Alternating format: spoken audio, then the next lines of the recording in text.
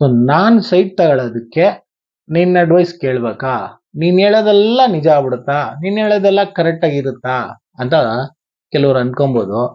So ನಾನು advice ಕೊಡ್ತಾ ಇದ್ದೀನಿ, ನೀವು ಈ ತರ ಸೈಟ್ಗಳನ್ನ ತಗೊಳ್ಳಿ ಅಂತ ಹೇಳ್ಬೋದೇ ಹೊರತು ನಿರ್ಧಾರ ಮಾಡೋಕ್ಕಾಗಲ್ಲ. ಆಮೇಲೆ ಒಂದೇ ಒಂದು ಮಾತು, ಮೋಸ ಹೋಗೋನು ಇರೋವರ್ಗುನು ಮೋಸ ಮಾಡೋನು ಇದ್ದೇ ಇರ್ತಾನೆ. ಇದು ನನಗೂ ಅಪ್ಲಿಕೇಬಲ್. ಫ್ರೀ ಅಡ್ವೈಸ್ ಕೊಟ್ಬಿಟ್ರೆ ಅವರೆಲ್ಲ ಕೇಳ್ಕೊಂಡು ಪಾಲನೆ ಮಾಡ್ಬಿಡ್ತಾರಾ ಅಂತ ಕೆಲವ್ರು ಕೇಳಿದ್ರು. ಸೊ ಅವ್ರಿಗಂತಾನೆ ನಾನು ಫ್ರೀ ಅಡ್ವೈಸ್ ಕೊಡ್ತಾ ಇಲ್ಲ. ಬೇಕಾದ್ರೆ QR ಕೋಡು UPI ID ಹಾಕಿದ್ದೀನಿ, ಸ್ಕ್ಯಾನ್ ಮಾಡಿ ಅಡ್ವೈಸಿಗೆ ಚಾರ್ಜ್ ಕಳಿಸಿ. ನಾನು ತಗೊಳ ಅಂತ ಹೇಳೋದೇ ಇಲ್ಲ. ಇನ್ನು ಬಿ ಖಾತಾ ಎ ಖಾತಾ ಆಗಿಲ್ಲ, ರೆವಿನ್ಯೂ ಸೈಟ್ಗಳಿಗೆ ಇನ್ನೂ ಖಾತಾನೇ ಕೊಡ್ತಾ ಇಲ್ಲ. ನಮ್ ಜನ ಹೆಂಗ್ ಗೊತ್ತಾ, ಸೊ ಇನ್ನೇನು ಎಲ್ಲ ಪ್ರಾಪರ್ಟಿಗಳೆಲ್ಲ ಖಾತಾಗಳು ಸಿಕ್ಬಿಡ್ತಾ ಇದೆ, ಇಲ್ಲಿ ಈಗಲೇ ಇನ್ವೆಸ್ಟ್ ಮಾಡ್ಬಿಡೋಣ, ಡಬಲ್ ಆಗ್ಬಿಡುತ್ತೆ, ಇಲ್ಲಿ ಈಗಲೇ ಇನ್ವೆಸ್ಟ್ ಮಾಡಿದ್ರೆ ನನ್ನ ಪ್ರಾಪರ್ಟಿ ಸೇಫ್ಟಿ ಆಗಿರುತ್ತೆ ಅಂತ ಥಿಂಕಿಂಗ್ ಸ್ಟಾರ್ಟ್ ಮಾಡ್ಬಿಟ್ಟವ್ರೆ. ಅಲ್ಲ ರೀ, ಒಂದು ಖಾತಾ ಸಿಕ್ಕಿದ ತಕ್ಷಣನೇ, ಒಂದು ಖಾತಾ ಹಾಕಿದ ತಕ್ಷಣನೇ ಆ ಪ್ರಾಪರ್ಟಿ ಸೇಫ್ಟಿ ಇರುತ್ತೆ ಅಂತ ಯಾವ ಭರವಸೆ ಮೇಲೆ ನೀವು ಈ ತರ ಯೋಚನೆಗಳು ಮಾಡ್ತಾ ಇದ್ದೀರಾ? ನೀವು ಮಾಡೋ ಒಂದೇ ಒಂದು ತಪ್ಪಿಂದ ಇಷ್ಟು ವರ್ಷದಿಂದ ದುಡಿಯೋ ದುಡ್ಡಾಗ್ಲಿ, ಇನ್ಮೇಲೆ ದುಡಿಬೇಕಾರೋ ದುಡ್ಡುನು ಕಳ್ಕೊಳ್ಳುವ ಪರಿಸ್ಥಿತಿಗಳು ಬರ್ತವೆ. ಸೊ ನಮಸ್ಕಾರ ಎಲ್ಲರಿಗೂ. ಒಂದು ಸೈಟ್ ಆಗ್ಲಿ, ಒಂದು ಫ್ಲಾಟ್ ಆಗ್ಲಿ, ಅಥವಾ ಒಂದು ಜಮೀನೇ ಆಗ್ಲಿ, ಇನ್ಮೇಲೆ ಇಷ್ಟು ದಿನ ಆಗೋಯ್ತು, ಇನ್ಮೇಲೆ ನೀವೇನಾದ್ರು ಖರೀದಿ ಮಾಡ್ಬೇಕು ಅಂದಾಗ ದಯವಿಟ್ಟು ಮುನ್ನೆಚ್ಚರಿಕೆ ಕ್ರಮಗಳನ್ನ ವಹಿಸಿ ಅಂತಾನೆ ಈ ವಿಡಿಯೋ ಮಾಡ್ತಾ ಇರೋದು. ವಿಡಿಯೋನ ಸ್ಟಾರ್ಟ್ ಮಾಡೋಕ್ಕಿಂತ ಮುಂಚೆ ಹೊಸದಾಗಿ ವಿವರ ಆಗಿದೆ, ದಯವಿಟ್ಟು ಚಾನಲ್ಗೆ ಸಬ್ಸ್ಕ್ರೈಬ್ ಆಗಿ. ಕೊಡೋ ಮಾಹಿತಿಗಳು ಹೇಗಿದೆ ಅಂತ ವಿಡಿಯೋನ ಕೊನೆವರೆಗೂ ನೋಡ್ಬಿಟ್ಟು ನಿಮ್ಗೆ ಅವೇರ್ನೆಸ್ ಬಂತು ಅಂತ ಅನಿಸ್ತು ಅಂದ್ರೆ ಒಂದು ಲೈಕ್ ಹಾಗೆ ಕಮೆಂಟ್ ಮಾಡೋದನ್ನ ಮರಿಬೇಡಿ. ಯಾರು ಏನು ಹೇಳಿಲ್ಲದೆ ಈ ವಿಡಿಯೋ ನೀವು ಹೇಳ್ಬಿಡ್ತೀರಾ? ಎಲ್ಲರಿಗೂ ಗೊತ್ತೇ ಇರೋದು, ಒಂದು ಸೈಟು ಅಂದಮೇಲೆ ಸ್ಪಾಟ್ ವಿಸಿಟ್ ಮಾಡಬೇಕು, ಖಾತಾ ಇದೆಯಾ ನೋಡಬೇಕು, ಟ್ಯಾಕ್ಸ್ ಕಟ್ಟಿದಾರಾ ನೋಡಬೇಕು, ಲ್ಯಾಂಡ್ ಓನರ್ ಇದಾರಾ ನೋಡಬೇಕು, ಡೆವಲಪರ್ ಇದಾರಾ ನೋಡಬೇಕು. ಅದಷ್ಟೇ ಅಲ್ಲ, ಲೇಔಟ್ ಅಲ್ಲಿ ಏನೆಲ್ಲ ಫಾರ್ಮಾಲಿಟಿಗಳು ಫಾಲೋ ಮಾಡಿದ್ದಾರೆ, ಬೇಸಿಕ್ ಇಮ್ಯುನಿಟಿ ಕೊಟ್ಟಿದ್ದಾರೆ, ಇದೆಲ್ಲ ಗೊತ್ತೇ ಇರೋದು ಸರ್ ನಮ್ಗೆ. ನೀವು ವಾಸ್ತಾಗ ಏನ್ ಹೇಳ್ಕೊಡ್ತೀರಾ ಅಂತ ಕೆಲವ್ರು ಅನ್ಕೊಬಹುದು. ಒಂದು ನಿಜವಾದ ಮಾತು ಹೇಳ, ಇಷ್ಟೆಲ್ಲ ಮಾತಾಡೋರೇನೆ ಕ್ಲೀನ್ ಆಗಿ ಹೋಗ್ಬಿಟ್ಟು ಯಾವ್ದೋ ಒಬ್ಬ ಡೆವಲಪರ್ ಹತ್ರ ಹಾಕೊಂಡ್ಬಿಡ್ತಾರೆ, ಗೊತ್ತಿಲ್ದಿರೋ ಪ್ರಾಪರ್ಟಿನ ತಗೊಂಡ್ಬಿಡ್ತಾರೆ. ನಿಜ ಅಲ್ವರಾ? ಓಲಿ ಬಿಡಿ, ತುಂಬಾ ಹೇಳಿದ್ರೆ ನಿಮ್ಗೆ ಬೇಜಾರಾಗ್ಬೋದು.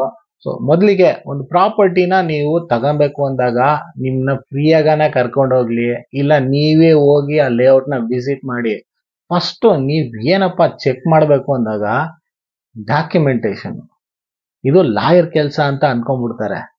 ನೀವು ಫಸ್ಟ್ ಡಾಕ್ಯುಮೆಂಟೇಶನ್ ನ ನೀವೇ ಚೆಕ್ ಮಾಡ್ಬೇಕು. ನಿಮಗೆ ಡಾಕ್ಯುಮೆಂಟೇಶನ್ ಗೊತ್ತಿಲ್ಲ ಅಂದಾಗ ದಯವಿಟ್ಟು ಪ್ರಾಪರ್ಟಿನ ಹೋಗ್ಬೇಡಿ, ಪ್ರಾಪರ್ಟಿ ಪರ್ಚೇಸ್ ಮಾಡಕ್ ಹೋಗ್ಬೇಡಿ. ಅಥವಾ ಪ್ರಾಪರ್ಟಿ ಬಗ್ಗೆ ಗೊತ್ತಿರೋರ್ನ ನಿಮ್ ಜೊತೆ ಕರ್ಕೊಂಡೋಗಿ. ಯಾರೋ ಹೇಳಿದ್ರು, ಏನೋ ಹೇಳಿದ್ರು, ನನ್ನ ಹತ್ರ ಇವಾಗ ದುಡ್ಡು ಐತೆ, ನಾನು ಒಂದ್ ಸ್ವಂತ ಮನೆ ತಗೊಬೇಕು, ಒಂದ್ ಸ್ವಂತ ಫ್ಲಾಟ್ ತಗೊಬೇಕು, ಒಂದ್ ಸ್ವಂತ ಸೈಟ್ ತಗೊಬೇಕು, ಒಂದ್ ಸ್ವಂತ ಜಮೀನ್ ಆಗ್ಬೇಕು ಅಂದಾಗ ನೀವೇ ನಿರ್ಧಾರ ತಗೊಬೋದು ಏನು ತಗೊಬೇಕು ಅನ್ನೋದನ್ನ. ಆದ್ರೆ ಆ ಪ್ರಾಪರ್ಟಿಯ ನಿರ್ಧಾರನ ನೀವು ತಗೊಳಕ್ ಹೋಗ್ಬಿಡಿ. ಸೊ ಪ್ರಾಪರ್ಟಿಗಳಲ್ಲಿ ಬೇಸಿಕ್ ಇನ್ಫಾರ್ಮೇಶನ್ ಏನಪ್ಪಾ ಅಂದಾಗ, ನೀವು ಸೆಲೆಕ್ಟ್ ಮಾಡೋ ಸೈಟು, ಅದ್ರ ನಂಬರು, ಅದ್ರ ಸರ್ವೆ ನಂಬರು ಅಲ್ವರಾ, ಅದು ಯಾವ ಊರಲ್ಲಿದೆ, ಯಾವ ತಾಲೂಕಲ್ಲಿದೆ, ಯಾವ ಡಿಸ್ಟಿಕ್ ಅಲ್ಲಿ ಇದೆ, ಜಮೀನಿನ ಓನರ್ ಯಾರು, ಲೇಔಟ್ ಮಾಡಿರೋರು ಯಾರು, ಇದು ಬೇಸಿಕ್ ಆಗಿ ತಿಳ್ಕೊಬೇಕಾಗಿರೋದು. ಆಮೇಲೆ ಲೇಔಟ್ಗೆ ಏನೆಲ್ಲ ಡೆವಲಪ್ಮೆಂಟ್ ನಿಮ್ಮ ಬಿಲ್ಡ್ರು ಮಾಡಿದ್ದಾರೆ ಅಂತ, ಅಂದ್ರೆ ಮೊರಿ ಮಾಡಿದಾರ, ಸೈಟ್ ನಂಬರ್ ನೀಟಾಗಿ ಹಾಕಿದಾರ, ನಿಮ್ಗೆ ವಾಟರ್ ಕನೆಕ್ಷನ್ ಹಾಕಿದಾರ ಪೈಪು, ಎಲೆಕ್ಟ್ರಿಕ್ ಕನೆಕ್ಷನ್ ಹಾಕಿದಾರ ಪೈಪು, ಆಮೇಲೆ ಬಿಲ್ಡ್ರ್ ಹೆಸರು ಡಾಕ್ಯುಮೆಂಟ್ ಅಲ್ಲಿ ಎಲ್ಲಾನು ಮೆನ್ಷನ್ ಆಗಿದ್ಯಾ, ಅಥವಾ ಲ್ಯಾಂಡ್ ಓನರ್ ಮೂಲಕನೇ ಎಲ್ಲ ಮಾಡಿದಾನ ಅನ್ನೋದನ್ನ ನಿಮ್ಗೆ ಓದಕ್ ಆಗಿಲ್ಲ ಅಂದ್ರೂ ಕೇಳಿ ತಿಳ್ಕೊಳ್ಳಿ. ಕೆಲವ್ರಿಗೆ ಓದಕ್ ಬರಲ್ಲ, ಆಮೇಲೆ ಇನ್ಫಾರ್ಮೇಶನ್ ಗೊತ್ತಿರಲ್ಲ, ಅದಕ್ಕಂತಾನೆ ಹೇಳ್ತಾ ಇರೋದು. ಏನಕ್ಕಪ್ಪ ಹೇಳ್ತಾ ಇದ್ದೀನಿ ಅಂದಾಗ, ಒಂದು ಬಾಡಿಗೆ ಮನೆಗೆ ಹೋದಾಗ ಓನರು ನಿಮ್ಗೆ ಬಾಡಿಗೆ ಕೊಡ್ಬೇಕು. ಹೇಗ್ ಕೊಡ್ತಾನೆ ವಿಚಾರಿಸ್ತಾನಲ್ವಾ, ಆಮೇಲೆ ಡಾಕ್ಯುಮೆಂಟ್ ಮಾಡ್ತಾನೆ, ಏನು ರೆಂಟಲ್ ಅಗ್ರಿಮೆಂಟ್. ಅದೇ ತರನೇ ಸೊ ಬಿಲ್ಡರ್ಗೂ ಲ್ಯಾಂಡ್ ಓನರ್ಗೂ ರಿಜಿಸ್ಟರ್ಡ್ ಡಾಕ್ಯುಮೆಂಟ್ಗಳು ಏನಾಗಿದ್ದಾವೆ ಅನ್ನೋದು ಮುಖ್ಯವಾಗಿ ಬರುತ್ತೆ. ಇದಾದ್ಮೇಲೆ ಎರಡನೇದು ಏನ್ ಗೊತ್ತಾ, ಈ ಬಿಲ್ಡರ್ನ ಆಶ್ವಾಸನೆಗಳು. ಅಂದ್ರೆ ಅವನ್ ಮಾತಿಗೆ ಮರಳಾಗ್ತೀರ ನೀವು. ಹೇಗಪ್ಪ ಅಂದಾಗ, ನೀವು ತಲೆ ಕೆಡ್ಸ್ಕೊಂಬಿಡಿ, ನಾನಿದ್ದೀನಿ, ಇವಾಗ ಲೇಔಟ್ ಮಾಡಿದ್ದೀನಿ, ಲೇಔಟ್ ಅಲ್ಲಿ ಇದೆಲ್ಲ ಕೊಡ್ತಾ ಇದ್ದೀನಿ, ಇದಾಗಿದ ತಕ್ಷಣನೇ ಅಗ್ರಿಮೆಂಟ್ಗಳಾಯ್ತದೆ, 6 ತಿಂಗಳಿಂದ 1 ವರ್ಷ ಅಥವಾ 2 ವರ್ಷ ಆದ್ಮೇಲೆ ನಿಮ್ಗೆ ಅದ್ ಕೊಡ್ತೀನಿ, ಇದ್ ಕೊಡ್ತೀನಿ, ನೀವು ತಲೆ ಕೆಡ್ಸ್ಕೊಂಬೇಡಿ, ನಾವು ಇದೇ ತರದ 10 ಲೇಔಟ್ಗಳು ಮಾಡಿದೀವಿ, ಬೇಕಾದ್ರೆ ನೀವು ನೋಡ್ಬೋದು, ನಮ್ದು ವೆಬ್ಸೈಟ್ ಇದೆ, ಅದಿದೆ, ಇದಿದೆ ಅಂತ ಹೇಳ್ಬೋದು. ಆದ್ರೆ ಈ ಲೇಔಟ್ಗೆ ನೀನ್ ಏನೇನು ಮಾಡಿದ್ಯಾ ಅನ್ನೋದನ್ನ ಎಕ್ಸ್ಪ್ಲೋರ್ ಮಾಡಿ ತೋರ್ಸ್ಬೇಕು ತಾನೆ. ಹಿಂದೆ ಮಾಡಿರುವ ಡಾಕ್ಯುಮೆಂಟೇಶನ್ ಈ ಲೇಔಟ್ಗೆ ಹೇಗೆ ಸಂಬಂಧ ಬರುತ್ತೆ? ಅದಷ್ಟೇ ಅಲ್ಲ, ಏನಕ್ಕೆ ಹೇಳ್ತಾ ಇದ್ದೀನಿ ಅಂದ್ರೆ, ಪ್ರೀ ಲಾಂಚ್ ಇವೆಂಟ್ ಅಂತ ಹೋಗಿರ್ತೀರಾ, ಅಲ್ಲಿ ಲೇಔಟ್ ಫಾರ್ಮೇಶನ್ ಆಗಿರಲ್ಲ, ಈ ತರದೆಲ್ಲ ಹೇಳ್ಬಿಟ್ಟು ನಿಮ್ಗೆ ಸೈಟ್ ಬುಕಿಂಗ್ ಮಾಡಿಸ್ಬಿಡ್ತಾರೆ, ನೀವು ತಗೊಂಡ್ಬಿಡ್ತೀರಾ. ಅದಕ್ಕೇನೆ ಏನ್ ಹೇಳ್ತಾರೆ, ಪ್ರೀ ಲಾಂಚಿಂಗ್ ಅಲ್ಲಿ ರೇಟ್ ಕಮ್ಮಿ ಇದೆ, ಪ್ರೀ ಲಾಂಚ್ ಆದ್ಮೇಲೆ ರೇಟ್ ಜಾಸ್ತಿ ಮಾಡ್ತೀವಿ ಅಂತ ಹೇಳ್ತಾರೆ. ಈ ತರ ಈಗ್ಲೇ ಹೇಳ್ತಾರೆ ಅಂದಾಗ ಇನ್ ಮುಂದಿನ ದಿನಗಳಲ್ಲಿ ನಿಮ್ಗೆ ಅದೇ ಸೈಟ್ ಕೊಡ್ತಾರೆ ಅನ್ನೋದಕ್ಕೆ ಅವ್ರ ಹತ್ರ ಲೇಔಟ್ ಡಿಸೈನೇ ಇರಲ್ಲ. ಯಾವ ಬೇಸ್ ಮೇಲೆ ಅವರು ನಿಮ್ಗೆ ಪ್ರೀ ಲಾಂಚ್ ಅಲ್ಲಿ ಬುಕಿಂಗ್ ತಗೊಂತಾರೆ?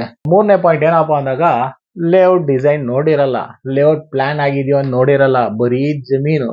ಪ್ರೀ ಇವೆಂಟ್ಗೆ ಹೋಗಿರ್ತೀರಾ, ಬರೀ ಜಮೀನ್ ತೋರಿಸ್ತಾರೆ, ಈ ಜಮೀನಲ್ಲಿ ಈಗ 5 ಎಕರೆ ತಗೊಂಡಿದೀವಿ, ಇನ್ನು ಎಕ್ಸ್ಟೆಂಡ್ ಮಾಡ್ತೀವಿ, ಅದು ಮಾಡ್ತೀವಿ, ಇದು ಮಾಡ್ತೀವಿ ಅಂತ ಹೇಳ್ಬಿಟ್ಟು ಬುಕಿಂಗ್ ಮಾಡಿಸ್ಕೊಂಡ್ಬಿಡ್ತಾರೆ ಅಲ್ವರ. ಎಷ್ಟೋ ಜನಕ್ಕೆ ಹಿಂಗಾಗಿದೆ. ಆಮೇಲೆ ಹೇಳ್ತಾರೆ, ಇಲ್ಲ ಅದು ಇದಾಗಿದೆ, ಇದು ಅದಾಗಿದೆ, ಅದಕ್ಕೆ ಇದು ಸಿಗ್ತಾ ಇಲ್ಲ ಅಂತ. ಸೊ ಪ್ರೀ ಇವೆಂಟ್ ಅಲ್ಲಿ ಹೋಗ್ಬಿಟ್ಟು ಬುಕಿಂಗ್ ಮಾಡಿರೋರ್ಗೆ ಏನು ಸೈಟ್ ತಗೊಂಡು ಎಷ್ಟು ಜನ ನಾನು ಅದೇ ಸೈಟ್ ನ ತಗೊಂಡಿದ್ದೀನಿ ಅಂತ ಈ ವಿಡಿಯೋ ನೋಡ್ತಾ ಇದ್ರೆ ಕಮೆಂಟ್ ಮಾಡಿ.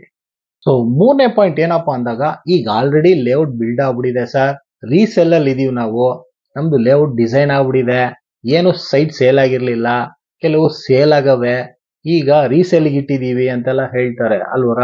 ಸೊ ಆಲ್ರೆಡಿ ಲೇಔಟ್ ಫಾರ್ಮೇಶನ್ ಆಗ್ಬಿಟ್ಟಿದೆ, ಸೈಟ್ಗಳಾಗ್ಬಿಟ್ಟಿದೆ, ಬಟ್ ಸೇಲ್ ಆಗಿಲ್ಲ, ಅದು ಹಾಗೆ ಇದಾವೆ, ಈಗ ಸೇಲ್ ಮಾಡಕ್ ರೆಡಿ ಇದೀವಿ ಅಂತ ಹೇಳೋರ್ಗುನು, ಆತರ ಹೇಳಿ ಬುಕಿಂಗ್ ಮಾಡ್ಕೊಳ್ಳೋರು ಇವಾಗಿದ್ದಾರೆ, ಇತ್ತೀಚೆಗೆ ನಡೀತಾ ಇದೆ. ಸೊ ಈ ತರ ಲೇಔಟ್ಗೂ ನೀವು ದಯವಿಟ್ಟು ಆ ಲೇಔಟ್ ಅಲ್ಲಿ ಏನ್ ಪ್ಲಾನ್ ಡಿಸೈನ್ ಆಗಿದೆ, ಬಿಲ್ಡರ್ಗೂ ಲ್ಯಾಂಡ್ ಓನರ್ಗೂ ರಿಜಿಸ್ಟರ್ಡ್ ಡಾಕ್ಯುಮೆಂಟ್ಗಳು ಏನೇನಾಗವೆ, ಏನೇನು ಶೇರಿಂಗ್ ರೇಷಿಯೋಗಳಾಗಿವೆ. ಸಪೋಸ್ ಬಿಲ್ಡರ್ ಲ್ಯಾಂಡ್ ಓನರ್ ಇತ್ತು ಅಂದಾಗ ಯಾವುದೇ ತರದ ಶೇರಿಂಗ್ ಅಗ್ರಿಮೆಂಟ್ ನ ರಿಜಿಸ್ಟರ್ ಮಾಡಲ್ಲ ಬಿಲ್ಡರ್ಗಳು, ಅದು ಫ್ಲಾಟ್ ಆಗ್ಲಿ ಅಥವಾ ಸೈಟ್ ಆಗ್ಲಿ. ಸೊ ಅದನ್ನ ಫಸ್ಟ್ ಕೇಳಿ. ಈ ಪಾಯಿಂಟ್ ಏನಕ್ಕೆ ನಾನು ರೇಸ್ ಮಾಡ್ತಾ ಇದ್ದೀನಿ ಅಂದಾಗ, ಒಬ್ಬ ಲ್ಯಾಂಡ್ ಓನರ್ ಇರ್ತಾನೆ, ಒಬ್ಬ ಡೆವಲಪರ್ ಇರ್ತಾನೆ. ಡೆವಲಪರು ಲ್ಯಾಂಡ್ ಓನರು ಮ್ಯೂಚುವಲ್ ಆಗ್ಬಿಟ್ಟು ಒಂದು ಡಾಕ್ಯುಮೆಂಟೇಶನ್ ಮಾಡ್ಬಿಟ್ಟು ಲೇಔಟ್ ಫಾರ್ಮೇಶನ್ ಮಾಡ್ತಾರೆ. ಸೊ ಇಂಡಿವಿಜುವಲ್ ಸೈಟ್ಗಳು ಮಾಡ್ತಾರೆ, ಮಾರಾಟಕ್ಕೆ ಇಕ್ತಾರೆ, ಸೇಲ್ ಆಗಲ್ಲ. ಸೊ ಅವಾಗ ಡೆವಲಪರ್ ಏನ್ ಮಾಡ್ತಾನಪ್ಪ ಅಂದಾಗ, ಒಬ್ಬ ಮಾರ್ಕೆಟಿಂಗ್ ಪರ್ಸನ್ ನ ಹಿಡಿತಾನೆ. ಅವನ್ ಕೆಲಸ ಏನ್ ಗೊತ್ತಾ, ಈ ತರ ಸೈಟ್ಗಳನ್ನ ಅವರ ಬ್ಯಾನರ್ ಅಲ್ಲಿ ಎಕ್ಸ್ಪ್ಲೋರ್ ಮಾಡೋದು. ಅವರು ಲೇಔಟ್ ಫಾರ್ಮೇಶನ್ ಮಾಡಲ್ಲ, ಲ್ಯಾಂಡ್ಗೂ ಬರಲ್ಲ, ಅವ್ರದ್ದೇನ್ ಗೊತ್ತಾ, ಬರೀ ಮಾರ್ಕೆಟಿಂಗು. ಒಬ್ಬ ಬಿಲ್ಡರ್ ಆಲ್ರೆಡಿ ಲೇಔಟ್ ಮಾಡಿರ್ತಾನೆ, ಅವನ ಕೈಲಿ ಮಾರ್ಕೆಟಿಂಗ್ ಮಾಡಕ್ಕಾಗಿಲ್ಲ ಅಂದ್ಬಿಟ್ಟು ಇವ್ರು ಬಂದ್ಬಿಟ್ಟು ಮಾರ್ಕೆಟಿಂಗ್ ಮಾಡ್ತಾರೆ. ಈ ತರ ಟ್ರಯಾಂಗಲ್ ಶೇಪ್ ಅಲ್ಲಿ ಡಾಕ್ಯುಮೆಂಟೇಶನ್ ಮಾಡಿರಲ್ಲ. ಸೊ ಅಗ್ರಿಮೆಂಟ್ ಬೇಸ್ ಮೇಲೆ ಇನ್ನೊಬ್ರಿಗೆ ಅಗ್ರಿಮೆಂಟ್ ಆಗಿ ಏನೋ ಮಾರ್ಕೆಟಿಂಗ್ ಮಾಡ್ಬೇಕಂದ್ರೆ, ಪ್ರಾಪರ್ಟಿ ಸೇಲ್ ಆಗ್ಬೇಕಲ್ಲ, ಅವ್ರಿಗೂ ಇನ್ವೆಸ್ಟ್ ಮಾಡಿರ್ತಾರೆ, ಯೂಸ್ ಇನ್ವೆಸ್ಟ್ ಮಾಡಿರ್ತಾರೆ, ಸೇಲ್ ಆಗ್ಬೇಕು ಅಂತ ಅವ್ರು ಇರ್ತಾರೆ, ನಾವು ಒಂದು ಸೈಟ್ ಆಗ್ಲಿ ಅಂತ ನಾವು ಹೋಗಿರ್ತೀವಿ. ಸೊ ಯಾವುದೇ ತರದ ಡಾಕ್ಯುಮೆಂಟೇಶನ್ಗಳನ್ನ ಹಾಗೂ ಬಿಲ್ಡರ್ ಯಾರು, ಡೆವಲಪರ್ ಯಾರು, ಮಾರ್ಕೆಟಿಂಗ್ ಯಾರು ಮಾಡ್ತಾ ಇದ್ದಾರೆ, ಏನು ಕರೆಕ್ಟ್ ಆಗಿ ವಿಚಾರಿಸಿಲ್ದಿರೆ ಅಡ್ವಾನ್ಸು ಮಾಡಿರೋರು ಇದ್ದಾರೆ, ಅಗ್ರಿಮೆಂಟ್ ಹಾಕಿರೋರು ಇದ್ದಾರೆ. ಸೊ ಇನ್ಮೇಲೆ ನೀವೇನಾದ್ರು ಈ ತರ ಇತ್ತು ಅಂದ್ರೂ ಒಂದೇ ಒಂದು ಸಜೆಷನ್ ಏನಪ್ಪಾ ಅಂದಾಗ, ಅಡ್ವಾನ್ಸ್ ಮಾಡಿ, ಹಾಗೆ ನೀವು ಅಗ್ರಿಮೆಂಟ್ ಹಾಕೊಳ್ಳುವಾಗ ಮೋಸ್ಟಬಲಿ ಎಲ್ಲರೂ ಚೆಕ್ ಕೊಡೋದು, ಈ ಅಗ್ರಿಮೆಂಟ್ ನ ರಿಜಿಸ್ಟರ್ ಮಾಡ್ಕೊಳಕ್ ಟ್ರೈ ಮಾಡಿ ಅಂತ ನಂದೊಂದು ಸಜೆಷನ್. ಯಾಕಪ್ಪ ಅಂದಾಗ ಯಾರು ರಿಜಿಸ್ಟರ್ ಮಾಡ್ಕೊಡೋದೇ ಇಲ್ಲ. ಸೊ ಆಲ್ರೆಡಿ ಲೇಔಟ್ ಆಗಿತ್ತು ಅಂದಾಗ ಕೆಲವರು ಮಾಡ್ಕೊಡ್ಬೋದು. ಪ್ರೀ ಲಾಂಚ್ ಅಲ್ಲಿ ಹೋಗಿರೋರ್ಗೆ ಈ ತರ ಅಗ್ರಿಮೆಂಟ್ ಆಯ್ತದ, ಎಲ್ಲ ಅನ್ರಿಜಿಸ್ಟರ್ಡ್ ಅಗ್ರಿಮೆಂಟ್ಗಳೇ ಆಗೋದು. ಸೊ ಲಾಸ್ಟ್ ಸಜೆಷನ್, ಪ್ರಾಪರ್ಟಿಗಳು ತಗೊಳ್ಳುವಾಗ, ಇನ್ವೆಸ್ಟ್ ಮಾಡುವಾಗ, ಸೊ ಬಿಲ್ಡರ್ ಆಗ್ಲಿ ಲ್ಯಾಂಡ್ ಓನರ್ ಆಗ್ಲಿ ಲೇಔಟ್ ಫಾರ್ಮೇಶನ್ ಮಾಡಿದ್ದಾರೆ ಅಂತ ಹೇಳ್ತಾರೆ, ಈ ನೋಡಿ ಇಷ್ಟೆಲ್ಲ ಸೈಟ್ ಮಾಡಿದೀವಿ, ಇದೆಲ್ಲ ನಮ್ದೆ ಅಂತೆಲ್ಲ ಹೇಳ್ತಾರೆ, ಡಾಕ್ಯುಮೆಂಟು ಇರುತ್ತೆ ಅಲ್ವರಾ. ನೀವು ಮೇಜರ್ ಆಗಿ ನೋಡ್ಬೇಕಾದ್ರೆ ಏನಪ್ಪಾ ಅಂದಾಗ, EC ಎನ್ಕಂಬ್ರೆನ್ಸ್ ಸರ್ಟಿಫಿಕೇಟ್, ಇಲ್ಲಿ ಎಲ್ಲಾ ತರದ ಇನ್ಫಾರ್ಮೇಶನ್ಗಳು ರಿಫ್ಲೆಕ್ಟ್ ಆಗ್ಬಿಡ್ತವೆ. ಸೊ ಲ್ಯಾಂಡ್ ಓನರು ಯಾರು, ಲ್ಯಾಂಡ್ ಓನರ್ ಇಂದ ಯಾರು ತಗೊಂಡಿದ್ದಾರೆ, ಬಿಲ್ಡರ್ ಅಂತ ರೆಕಗ್ನೈಸ್ ಆಗಿದೆಯಾ, ಯಾಕಂದ್ರೆ ಬಿಲ್ಡರ್ದು ಹೆಸರು ಬರಬೇಕು, ಪರ್ಸನ್ ಹೆಸರು ಬರಬಾರ್ದು, ಬಿಲ್ಡರ್ ಹೆಸರು ಬರಬೇಕು. ಅವನು ರಿಜಿಸ್ಟರ್ಡ್ ಆಗಿದಾನೋ ಇಲ್ವೋ ಅನ್ನೋದು ಅಲ್ಲಿ ರಿಫ್ಲೆಕ್ಟ್ ಆಗುತ್ತೆ. ಎಷ್ಟು ಎಕರೆಗೆ ತಗೊಂಡಿದ್ದಾನೆ, ಹೆಂಗೆ ತಗೊಂಡಿದ್ದಾನೆ ಅನ್ನೋದೆಲ್ಲ ಈಸಿಲಿ ರಿಫ್ಲೆಕ್ಟ್ ಆಗುತ್ತೆ. ಪ್ರೈಸ್ ನಮಗೆ ಬೇಕಾಗಿಲ್ಲ, ಹೆಸರುಗಳು ಮೇಯ್ನ್ ಆಗಬೇಕು. Last but not least, builder ಆಗಲಿ, ಡೆವಲಪರ್ ಆಗಲಿ, ಲ್ಯಾಂಡ್ ಓನರ್ ಆಗಲಿ, ಲ್ಯಾಂಡ್ ಓನರು ಡೈರೆಕ್ಟ್ ಆಗಿ ಮಾರಕ್ಕಾಗಲ್ಲ, ಅವನು ಡೆವಲಪರ್ ಬಿಲ್ಡರ್ ಆಗಬೇಕು. ಅರ್ಥ ಮಾಡ್ಕೊಳ್ಳಿ.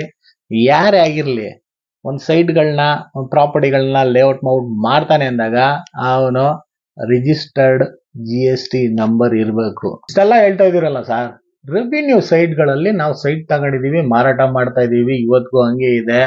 ಇವೆಲ್ಲ ಬೇಕಾಗಿಲ್ಲ ರೆವಿನ್ಯೂ ಸೈಟ್ಗಳಿಗೆ. ಈ ತರ ರೆವಿನ್ಯೂ ಸೈಟ್ಗಳನ್ನ ನಾವು ತಗೊಂಡಾಗ ನಮಗ್ ಸೇಫ್ಟಿ ಪ್ರಿಕಾಕ್ಷನ್ ಏನು?